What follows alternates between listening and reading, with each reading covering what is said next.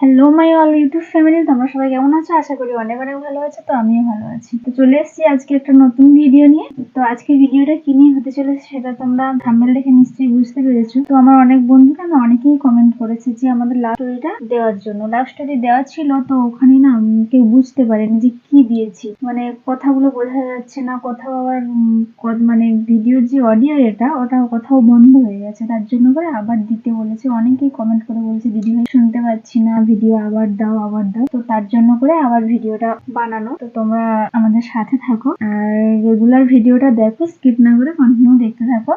তো ঠিক আছে, আজকে তোমার দাদা ভাইকেও আগের হচ্ছে যে লাভ স্টোরির যে পার্টগুলো বলেছিলাম, তো আমি একাই বলেছিলাম, তোমাদের দাদা ভাইও ছিল না। তো এখন ওর আজকে ছুটি আছে, তার জন্য বললাম যে আজকে যখন তুমি আছো দুজনেই লাভ স্টোরি এটা দেবো, তো ভালো হবে, সবাই খুশি হবে। তো ঠিক আছে, আজকের ওই জন্য তোমাদের দাদা ভাইকে রেখে দিয়েছি। আজকে তোমাদের দাদা ভাই ও আমার সাথে থাকবে, দাদা ভাইও বলবে, যেহেতু দুজনের লাভ স্টোরি, তো দুজনের বলতে খুব সুবিধা হবে আর তোমাদেরও ভালো লাগবে শুনতে। তো ঠিক আছে, আর বেশি কথা না বাড়িয়ে তো মেন টপিকে যাওয়া যাক। তো মেন টপিক বলতে এবার এবার তাহলে বলতেই হয় যে আমাদের আলাপটা কেমন হয়েছিল। তো এবার বলা যাক। আলাপ বলতে কি, আমরা তো একই গ্রামেই থাকি, মানে তোমাদের দাদা ভাইয়েরই যে গ্রাম, মানে বর্তমানে আমি এখন যেখানে আছি, তো আমার বাবার বাড়ির যে গ্রাম এখানকারও একই গ্রাম। আমাদের গ্রাম, পোস্ট, থানা সব একই। একই স্কুলেও পড়তাম, আমাদের ওখানকার যে হাই স্কুলটা একটাই। তো প্রাইমারি স্কুলে একই স্কুলে পড়িনি, হাই স্কুলে একই স্কুল পড়েছি। তো ওখানে দুজনের আলাপ বলতে আমি মানে 5, 6, 7, 8 পড়েছি, চিনতাম না, দেখিনি অত, মানে কোনো ছিল ইন্টারেস্টও ছিল না এসবের প্রতি। তো 9-এ দেখেছি, তাই না? 9-এ 9-এ দেখেছি। তারপরে ওখান থেকেই দেখা বলতে কথা হতো না, তেমন যেরকম ক্লাসমেট কথা হয়, অনেক বন্ধুদের সাথে কথা হয়, সেরকমই টুকটাক কথা হতো। পড়ার এই বিষয়ে পরীক্ষা টরীক্ষা হলে কি করেছিস, কিরকম পেপার, মানে প্রিপারেশন কিরকম, এইসব হতো আর কি। তো সেরকম করে মানে এই যে এখন যে আমাদের সম্পর্কটা, ওইরকম কোনো সম্পর্ক ছিলই না। তো ভালো 9-এ ওনাকে প্রপোজাল দিয়েছিল,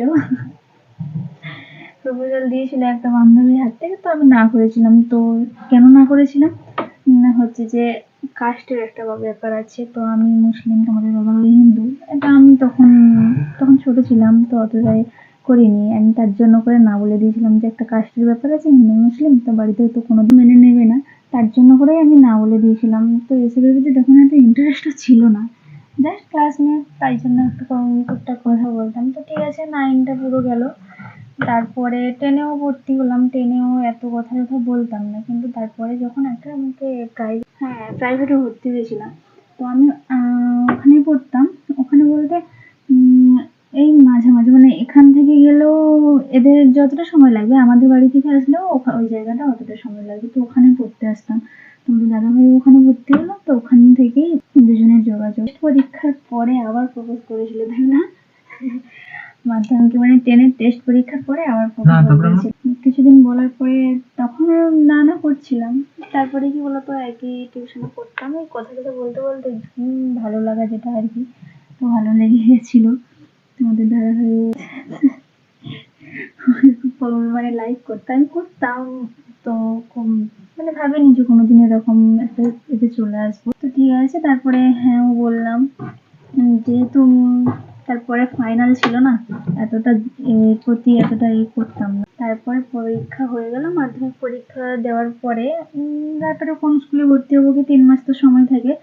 তো কম্পিউটার ক্লাসে ভর্তি হয়েছিলাম। তো আমি যেখানে ভর্তি হয়েছিলাম, তো আমার দাদা ভাই, মানে আমরা সবাই একই এতে ভর্তি হয়েছিলাম। আমাদের কয়েকজন বন্ধু আর আমার একটা মামা ছিল, মানে আমার মামা আমার সাথেই পড়তো, নিজের মামা না। তো সবাই ওই একই কম্পিউটার ক্লাসে যেতাম, তো একসাথেই যেতাম আসতাম। তারপরে রেজাল্ট বেরোনোর পর কার বাড়ি থেকে কোথায় ভর্তি করাবে কে জানে, সেটা তো জানি না। তারপরে ভর্তি করালো, আমি যেখানে ভর্তি হলাম দুজনেই সেখানে একই জায়গাতেই ভর্তি হলাম, তাই না?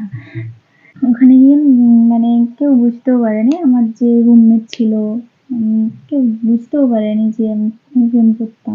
আমরা যে প্রেম করতাম কেউ বুঝতে পারছিল না যে আমরা প্রেম করতাম। তো এইভাবে কিছুদিন যাওয়ার পর কথা বলতাম না ওখানে গিয়ে ক্লাস করতাম, চলে আসতাম। যেহেতু হোস্টেলে ছিলাম, টিফিন টাইমটা কোনোদিন স্কুলে থাকতাম না, এসে এখানে রুমে এসে খাওয়া দাওয়া করতাম আর কি। তো টিফিন টাইমটা কোনোদিনও স্কুলে থাকতাম না, টিফিন টাইমটা রুমে চলে আসতাম। এমনি ক্লাস করতাম। আর যখন ক্লাস থাকতো না তখন কমন রুমে গিয়ে বসে থাকতাম, একটু পড়তাম। ওনা যে প্রেম করতাম, ওর কোনো বন্ধুরাও জানতো না, আমারও কোনো বান্ধবী জানতো না যে প্রেম করি দুজনে।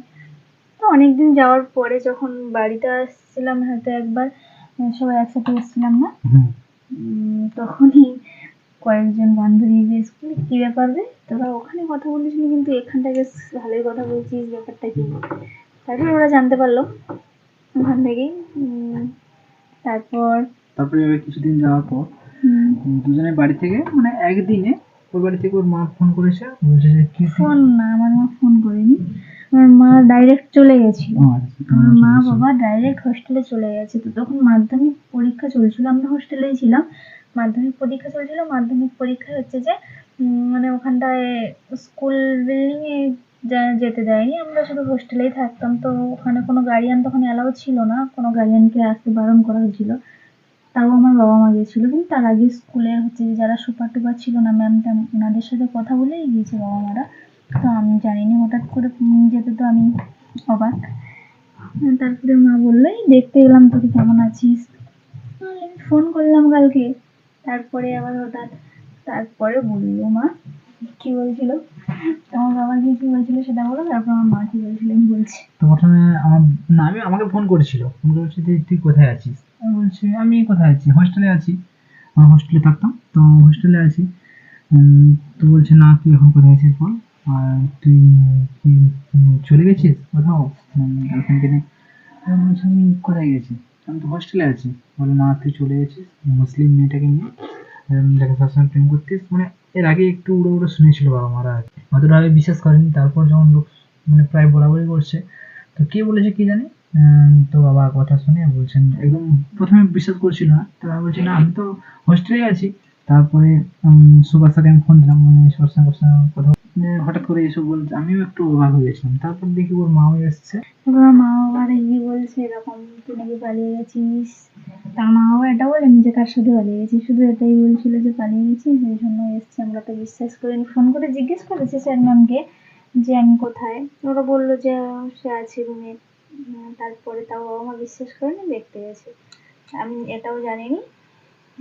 তারপরে মা বললো যখন যদি পালিয়ে গেছিস সেটা শুনে এসছি আমরা দেখতে, তো বাবা তো বিশ্বাস করেনি, তাই জন্য তো বাবা ডাইরেক্ট এসছে দেখতে। তো আমার মা বাবা চলে যেতে সুপার স্যার আমাকে বললো এর কথা যে তুই নাকি সাহেবের সাথে পালিয়ে গেছিস, এটাই তোর বাবা মা বললো, রাতের বেলা ফোন করেছিল তোর বাবা মা, তার জন্য করে ম্যাম গিয়ে দেখে এসছে তুই রুমে আছিস কিনা। তো আছিস তো, ওই জন্য বাবা মা কনফার্ম হওয়ার জন্য এসে দেখে গেল। কিন্তু এখনো পর্যন্ত আমরা জানি না যে এই কথাটা কে বলেছিল, কেন, মানে এত বড় মিথ্যা কথাটা কেন বলেছিল।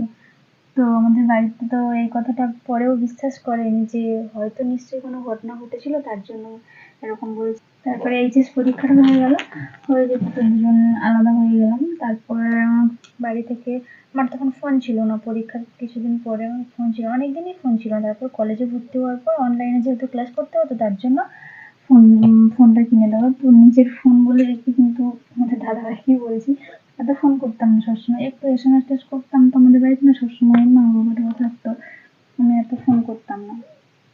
যখন একটু ওই রাস্তা রাস্তা যাচ্ছি তখন। তারপরে ওই সময়টা লকডাউন ছিল। হ্যাঁ ওই সময়টা পুরো লকডাউন ছিল, তো আমরা একটা পরীক্ষাও দিতে পারিনি, লকডাউন পড়ে যেত। একটা নয় দুটো পরীক্ষা দেওয়া হয়নি আমাদের। এরকমই হয়েছিল। এইভাবে আমাদের রিলেশনশিপটা 2-3 বছর কাটার পরে, 2-3 বছর নয় 3-4 বছর হয়ে গেছিল, 4-5 বছর হবে। পরে তোমরা এই মেন ভিডিওটা দেখতে পাবে যে একটা হিন্দু মুসলিম ছেলে মেয়ে হয়ে কি করে আমরা এক হলাম, কি করে বিয়ে করলাম, সেটা দেখতে হলে তোমাদের পার্ট 2টা দেখতে হবে। তো ঠিক আছে, আজকে ভিডিওটা অনেক বড় হয়ে যাচ্ছে, আজকে বেশি বড় করবো না। তো দেখা হচ্ছে পরের ভিডিওতে। তো ভিডিওটা ভালো লাগলে লাইক কমেন্ট শেয়ার করবে, আর সাবস্ক্রাইব করতে ভুলো না। তো ঠিক আছে।